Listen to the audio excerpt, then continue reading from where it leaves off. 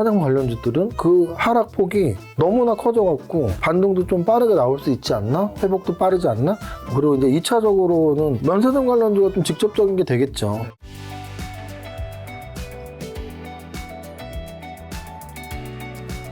그럼 이제 올해 정말 여기는 너무 싸서 여기는 정말 저평가되어 있다. 여기는 크게 수익이 안 날지라도 정말 더 떨어지진 않고 어느 정도 안정적인 수익을 기대할 수 있을 것 같다는 어느 쪽에 있다고 보세요? 이쪽은 뭐 성장주 쪽은 아닐 것 같긴 한데.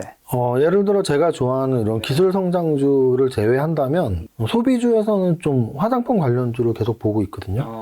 화장품 관련주 같은 경우는 대표적인 주자가 이제 LG생활건강인데요. 자, 그럼 이것도 이제 월봉이죠. 그러면 여기가 코로나 저점이에요. 코로나 저점이 뭐 한 100만 원? 그리고 코로나 고점이 사실은 뭐 2배도 안 됐어요. 화장품 관련주는 사실 코로나 피해주였기 때문에 다른 종목들이 막 지수가 2배 이상 오르면서 뭐 3배, 4배, 5배 오를 동안 사실은 굉장히 조금밖에 못 올랐고 그리고 나서 이제 실제 이제 코로나 피해주 실적이 안 좋아지니까 중국 애들도 안 오고 뭐 실적이 안 좋아지니까 급락이 나왔는데 어느 정도의 급락이 나면 사실은 얘의 수준은 거의 2014년 수준이거든요. 그 우리나라에서 이 LG생활건강이 중국 관련주로서 포함이 되고 화장품 관련주로서 포함이 됐던 게 언제부터였냐면 2015년 요 상승기예요. 중국 관련주들이 가장 크게 올랐던 아모레 퍼시픽이 오르고 LG생활건강이 올라고 했을 때가 언제였냐면 2015년이라고요. 그럼 그 전까지는 꼭 중국 애들이 화장품을 많이 사서 오른 거 아니거든요. 그럼 그 전에도 요 가격이었어요. 50만 원, 60만 원. 근데 지금 이 가격은 거의 중국 애들하고 상관없었던 거의 10년 전 가격인데 거의 코로나 때문에 너네 실적이 안 좋잖아 하고서 170만 원에서 50만 원까지 거의 3분의 1도막 이상이 난 거죠. 그래서 저는 그러면 이렇게 차트가 완전히 무너진 대형주들을 보면 어떤 생각을 하냐면 얘가 상장 폐지가 될까?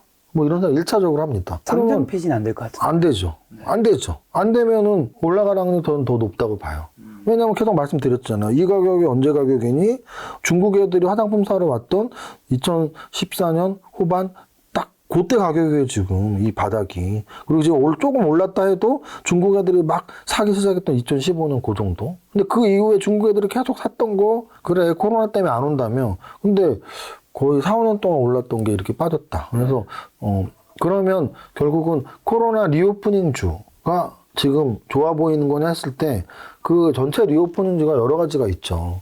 뭐 항공주도 있고 여행주도 있고 카지노주도 있고 그렇잖아요. 그러면 다른 거랑 한번 비교를 해볼게요. 제가 왜 LG생활건강 같은 화장품 관련주가 이 주가 피해를 많이 보고 회복이 좀 빠를 것 같다라고 생각을 하냐면 예를 들어 여행주에서 1등주는 뭐죠? 하나투어죠. 이게 하나투어 차트예요. 방금 전에 봤던 차트랑 많이 다른 걸 알 수 있죠. LG생활건강은 쭉쭉쭉쭉 오르다가 코로나 때문에 완전히 망가진 거죠. 근데 얘는 과연 코로나 때문에 망가졌냐 했을 때 그닥 왜? 2015년에 고점을 찍었고 그 다음 고점은 2015년 고점을 못 찍었고 그 다음 코로나 직후 고점도 못 찍었고 얘는 그냥 추세 자체가 상승 추세가 아니었다고요. 그럼 원래 여행업 자체가 그렇게 성장하던 산업이 아니었구나 라는 걸 알 수 있죠. 그럼 원래 성장하지 않는 산업이었는데 코로나 때문에 피해 받았다고 해서 그게 회복된다고 해서 뭐 대단히 막 올라갈 수 있는 주가 탄력을 보이긴 힘들겠죠. 마찬가지로 대한항공 같은 거 봐도 좀 재미있는 현상들이 있어요. 이게 대한항공 차트예요. 그럼 대한항공은 코로나 때문에 얼마나 피해를 받니? 지금 코로나 저점보다 훨씬 높은 주가에 위치하고 있어요. 아까랑 완전히 다른 거 아시겠죠? LG생활건강 같은 화장품 관련주들은 코로나가 생기기 전까지 굉장히 좋았다가 코로나 때문에 피해 본 그 가격대가 거의 코로나 훨씬 이전 수준. 근데 얘는 코로나 때문에 피해 봤다면서요. 근데 지금 주가는 코로나 이전 수준을 훨씬 회복했어요. 그럼 얘가 리오프닝을 얼마나 더 큰 기대를 할 수 있겠냐라는 거죠. 뭐 이런 종목들은 되게 많아요. 강원랜드를 보시면 카지노 관련주잖아요. 그러면 코로나 때문에 피해 봤다면서요. 그럼 코로나 이전에는 주가가 왜 빠진 거냐는 거죠. 제 논리는 뭐냐면 코로나 리오프닝 관련주에 대한 저의 해석은 코로나보다 훨씬 이전에 고점을 찍었으면 코로나랑 상관없이 그 업종은 그렇게 좋은 업종은 아니었다는 얘기예요.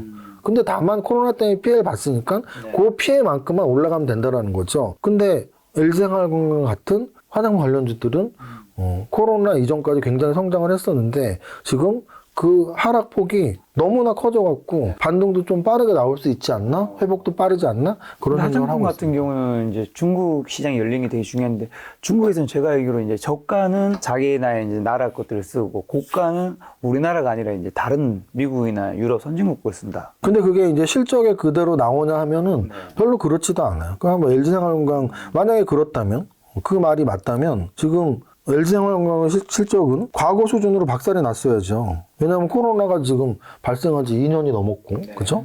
그러면은 실적을 한번 보시면 이게 2019년이에요.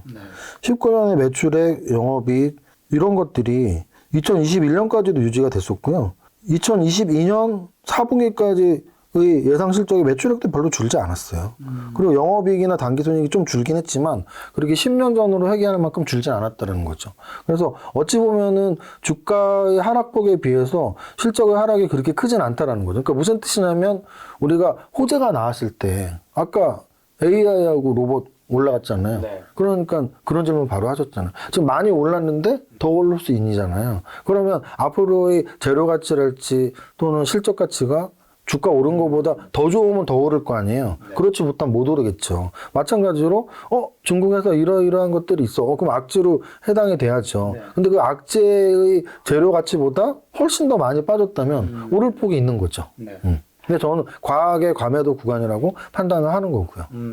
어쨌든 지금 중국이 이제 코로나 완화 정책 하고 있고 그러면서 이제 확진자 굉장히 폭증했지만 우리도 이제 코로나 겪어봤기 때문에 중국이 상반기 때는 좀 힘든 부분이 있겠지만 하반기 때는 이제 문을 열 거라고 많은 분들이 생각하잖아요.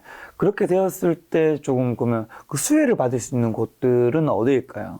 일단 1차적으로는 방금 전에 말했던 화장품 관련주, 그리고 이제 2차적으로는 면세점 관련주가 좀 직접적인 게 되겠죠. 그리고 면세점 관련주는 아까 제가 봤던 여행주나 항공주처럼 코로나 이전에 별로 안 좋았어가 아니고 유통 면세점 업들은 사실은 코로나 이전에 좋았거든요. 그러니까 그게 이제 회복이 된다면 면세점 업이 좀 좋을 수 있고요. 또 하나는 직접적인 왕래가 아니더라도 게임주들은 지금 중국 판호 기대감이 굉장히 커진 상태고 실제 게임주들은 움직임이 좀 좋아지고 있습니다. 네. 그리고 올해 이제 경기 침체 이미 왔거나 온다는 얘기는 있잖아요. 네. 그러면서 이제 경기 침체가 와도 사람들이 사 먹을 수밖에 없는 식음료, 음식료품들은 괜찮을 것이다 이런 얘기 있던데 요거는 어떻게 생각하세요? 그래서 이제 음식료주 같은 경우는 사실 내수주면서 경기 방어주예요. 그렇죠. 그래서 내수주면서 경기 방어주라는 얘기는 이게 이제 계속 지수의 예치가 맞물리는데 지수가 좋아진다면 음식료주가 그렇게 강하지는 못할 확률이 높습니다. 내수주나 경기 방어주의 특징은 지수가 안 좋을 때 잘 버티거나 조금 올라주거나 아니면 지수가 좋을 때는 남들 오를 때보다 조금 오르거나 이런 식이거든요. 네. 그래서 저는 올해 그렇게 음식료주를 강하게 좋게 보는 편은 아니에요. 오히려 음식료주는 사실은 작년에 러시아 전쟁 때문에 곡물가가 굉장히 좋았었죠. 그렇죠. 곡물가 좋은 거로 사실은 음식료주는 일단 그 하락장에서도 주가 방어나 오히려 반대로 상승 같은 게 꽤 나왔거든요. 그래서 곡물가가 피크 칠 때 그 정도 좋은 수혜를 받기 때문에 올해도 좋을 것 같지는 않습니다. 그럼 종잣돈 한 5천만 원 있는 분들은 오늘 이제 세무사님이 여러 섹터 점검도 하고 유망한 쪽도 얘기해 주시고 했는데 어디에 좀 어떻게 투자하면 좋을까요? 네, 일단 5천만 원으로 포트폴리오를 어떻게 짜느냐에 대해서는 원칙부터 말씀을 드리고 싶어요. 우리가 보통 질문이 틀리면 답이 틀린다라는 말을 많이 하거든요. 맞습니다. 근데 우리 투자자들이 소위 나는 답도 없어, 나는 답이 없어 이렇게 잘 못하지 하면 질문이 틀렸기 때문에 답이 없는 거예요. 그러면 질문이 정확히 여러분들이 나는 뭘 사야 될까라는 질문부터 주식을 출발하니까 이게 포트폴리오 관리가 전혀 안 되는 거죠. 그래서 5천만 원으로 사실은 예를 들어 제가 이 종목 사세요 라는 거는 여러분들이 평생 주식 투자하는데 큰 도움은 안 된다는 거죠. 5천만 원으로 이 종목 사세요가 맞았다고 하는들 5천만 원에서 30% 수익 내면 1,500만 원인데 그렇다고 하는데 그 1,500만 원 여러분들의 인생을 크게 다르게 하진 않습니다. 그런데 만약에 5천만 원으로 포트폴리오를 어떻게 짤지를 정확히 이해하신다면 여러분들의 인생이 달라질 수 있어요. 5천만 원으로 어느 종목을 사느냐보다 중요한 건 포트폴리오 구축을 어떻게 운영하느냐인데 일단 넘버가 제일 중요해요. 넘버. 몇 종목을 살 것이냐. 많이 사기엔 좀 그렇고 한 3개에서 아무리 쳐도 5개가 맥스일 것 같은데. 네. 근데 이제 5천만 원으로 막 10개, 20개 사는 분들이 있어요. 그분들은 거의 한 5억 정도 하면 이제 100개 갖고 있다고 보면 됩니다. 실제로 5억으로 100종목 갖고 있는 분 여러 명 봤고요. 그럼 지수 사는 거랑 비슷하지 않나요? 제가 늘 하는 말인데 어디서 배우셨죠? 100종목 이상 사면 지수랑 똑같기 때문에 주식들 할 필요가 없어요. 그래갖고 너무 종목이 많으면 안 되고요. 반대로 나 5천만 원이면 뭐 한 종목 사도 돼라고 생각하신다면 너무 위험하죠. 5천만 원으로 한 종목을 솔직히 사도 됩니다. 근데 그 습관이 들여지면 5억으로도 한 종목을 사게 되는 거죠. 그래서 5천만 원으로 딱 넘버가 중요하니까 말씀하신 것처럼 한 3개에서 5개 공부 위주로 하고 싶으면 5개 그래도 좀 수익 좀 내고 싶다 하면 3개 정도가 적당하고요. 자, N을 결정한 다음엔 업종을 결정하면 돼요. 종목을 결정하는 게 아니고 업종을 결정하세요. 그럼 제가 만약에 5천만 원으로 투자를 한다면 저는 일단 한 업종은 엔터를 꼽고 싶네요. 아까 말씀드렸지만 지금 자율주행은 어떻게 보면 아직 시작도 안 했고 엔터는 시작한 것 같은데 그렇게 크게 아직 안 오른 종목도 많고 그리고 이제 로봇과 AI는 좀 굉장히 움직인 편이에요. 그래서 일단 움직일 확률이 높은 엔터, 상반기에 움직일 확률이 높은 엔터를 저는 꼽고 싶고요. 두 번째로는 요즘 그래도 꽤 조정을 받았는데 저는 아직 성장이 꺾이지 않았다고 생각하는 2차 전지를 꼽고 싶어요. 만약에 아주 오랜 기간을 본다면 자율주행 지금 묻어나도 됐겠지만 아직 시작도 안 한 자율주행을 사서 보초수고 막 기다리는 것보단 잘 오르다가 조정받았지만 결국 다시 오른다는 생각을 하고 있는 2차 전지 업종을 꼽고 싶고요. 마지막 한 업종은 AI 아니면 로봇으로 보고 있어요. 그런데 저는 AI가 좀 더 나을 것 같습니다. 그 이유는 이게 이제 삼성전자 또는 LG전자 또는 현대의 이 호재가 더 큰 거냐 미국의 MS 재료가 더 큰 거냐 이 차이예요. 그래서 지금 챗 GPT 재료는 저는 올해 상반기까지 계속 유지가 될 것 같거든요. 왜냐하면 제가 늘 말씀드리는 전기차 안 타시잖아요. 네. 챗 GPT 써보셨어요? 아니요. 곧 쓰게 될 겁니다. 곧 쓰게 되고 우리는 또 여러 가지 이야기들을 하겠죠. 야, 이런 세계가 왔어? 우리나라에 이런 산업 있어? 그래서 뭐 음성, AI 음성 뭐 이런 쪽으로 좀 공부를 요즘 많이 하고 있는데 그래서 AI 관련주를 하나 아직 많이 오르지 않은 왜냐면 AI 관련주도 꽤 많이 있을 거란 말이죠.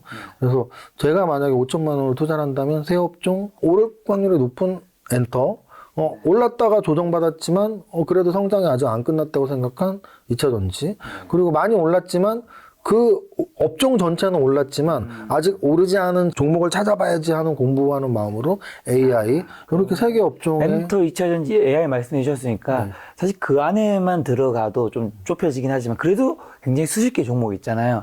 팁만 자 엔터에서는 요건 확인하고 좀 사라. 엔터를 제가 만약에 산다면 엔터는 크게 두 가지로 구분할 수 있어요. 기획사랑 OTT.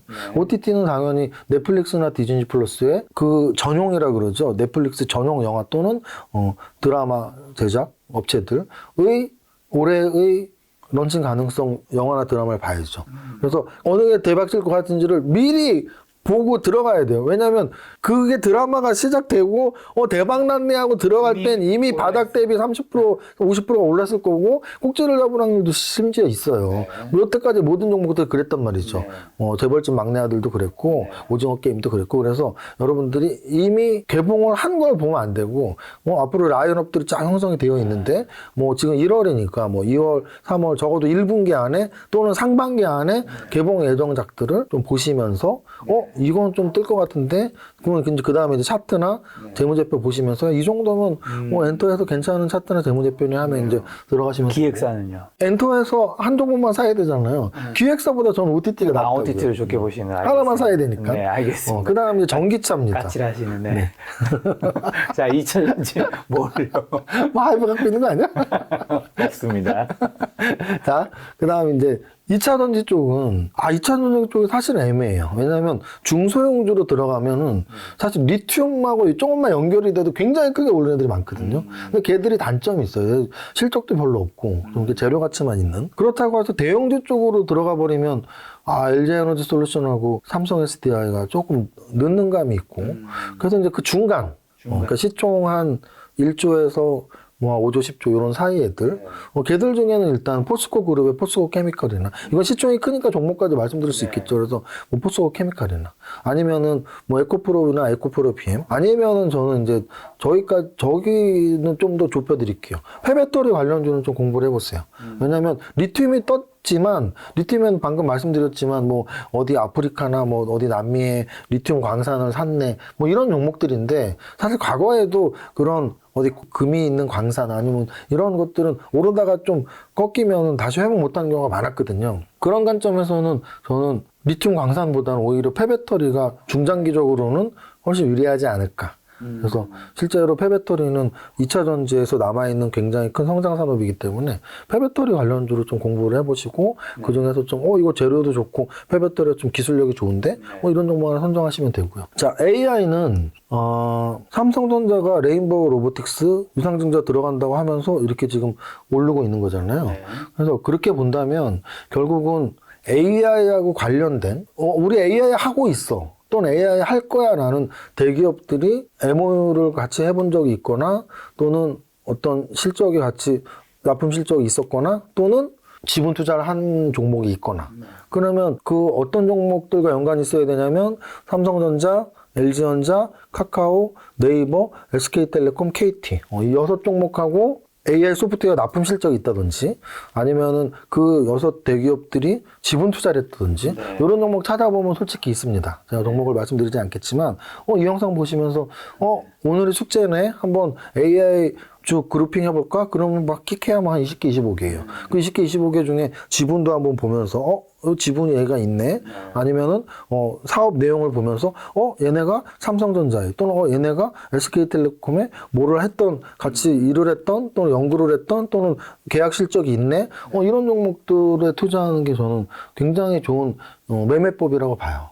지금 현재 AI 기술 발전 자체가 그렇게 흘러갈 것이기 때문에 결국은 대기업의 큰 자금이 들어가야 되고요. 그 대기업의 큰 자금은 AI 중소기업에 투자될 수밖에 없어요. 대기업이 다 하진 않거든요. 다 할 거라면 레인보우 로보틱스에 유상증자가 삼성전자 들어가진 않겠죠. 자, 마지막 질문은 그럼 이제 2023년에 주식시장 준비하면서 올해는 좀 가장 경계할 행동은 좀 뭐라 보시고 이제 어떤 것들 좀 투자자들이 대비하고 대응해야 될까요? 주식 시장은 상승과 하락 사실 두 가지만 있는 게 아닙니다. 저는 20년 이상을 했지만 상승장과 하락장만 있는 건 아니고요. 옆으로 가는 횡보장도 있다는 얘기죠. 그렇죠. 그러면 코로나 이후에 오신 분들은 횡보장이 뭔지를 잘 몰라요. 딱 경험한 것만 알거든요. 과거의 백데이터를 돌아보시는 분들이 거의 없기 때문이에요. 최근 코로나 이후에 들어오신 분 중에 뭐 차트를 보고 이런 분들이 별로 없으니까 차트를 봐야지 과거에 어떤 우리나라 주가 흐름을 움직였고 상승장은 뭐고 하락장이 뭔지를 아는데 그걸 안 보면 사실은 내가 겪은 것만 아니까 그럼 2020년 4월에 들어오신 분은 2020년 4월부터 2021년 7월까지 쭉 매일 오르다가 그다음 2022년 7월부터 작년 9월까지 계속 빠지고 이것만 본 거야. 그러니까 지금 그럼 계속 빠지고 지금의 위치 2,400에서는 아주 무서운 위기가 올 것이냐 아니면 무슨 뭐 돈벼락 아까 뭐라 그랬죠? 돈의 축제. 돈의 축제가 올 것이냐 무서운 위기가 올 것이냐만 생각하는데 아니요. 그냥 흐지부지 날이 사실 더 많거든요. 네. 그거는 우리의 인생을 생각해도 돼요. 여러분들의 인생을 한번 생각해 보세요. 저도 그렇거든요. 저도 좀 파란만장한 삶을 살았지만 어떤 하루를 기억했을 때 그 하루가 대단히 정말 막 죽고 싶거나 또는 대단히 하늘이 날아갈 거나 그건 인생에서 정말 하루 이틀이지 그냥 평범한 일상의 연속이었거든요. 그럼 주식 투자자라면 적어도 횡보 기간이 훨씬 길다라는 걸 아셔야 되고요. 사실 2020년 4월부터의 상승장의 변동성 아니 1,400에서 3,300이 갖고 삼성전자가 5만 원에서 9만 원을 4달 만에 가고 정말 굉장한 상승의 변동성이었고요. 그 다음 고점 3,300에서 좀 2,000까지 온 거는 한 35% 빠진 하락이었는데요. 그 35% 정도 1년 반 만에 빠지는 건 아까 말씀드렸지만 한 10년에 한두 번 나오는 IMF 때나 글로벌 금융위기 때 정도의 하락이거든요. 그러면은 엄청난 상승 변동성, 엄청난 하락 변동성을 겪었다면 올해도 1,500 갈 거야. 아니면 3,000 갈 거야. 근데 연말 가면은 그냥 한 2,500, 600 또는 뭐 2,300 여기랑 사실 더 높은 거죠. 그래서 올해 주식 투자자들이 꼭 가져야 될 마인드. 최근 2, 3년 동안, 2년, 코로나 이후에 2년 동안 오르고 내리고만 봤지만 옆도 있다. 그럼 옆으로 갈 때 우리는 어떻게 해야 되냐? 저는 아까 말했던 시장 수익률보다 초과 수익률을 내기 위해선 종목 선정에 대한 공부가 굉장히 중요하다고 보고요. 근데 그 종목 선정에 대한 공부는 결국은 산업에 대한 공부가 뒷받침돼야 된다고 봐요. 왜냐하면 업종을 먼저 선택하고 그 업종 내의 종목을 고르는 게 맞거든요. 그래서 적어도 난 그냥 이거 한 종목만 사놓고 그냥 기다릴래 이러면은 사실은 그 종목은 연말에 딱 보합일 확률이 굉장히 높은 거죠. 그래서 보합일 거면 은행에 넣는 게 낫죠. 그래서 적어도 연말에 나는 10%, 20%, 30% 수익을 낼 거야 라고 마음을 먹으신 분들은 어떤 산업이 예를 들어 작년부터 지금까지 로봇 관련주나 AI 관련주가 잘 올랐다라는 거조차도 모르는 분들이 있어요. 그러면 사실은 초과 수익을 내기는 굉장히 힘들죠.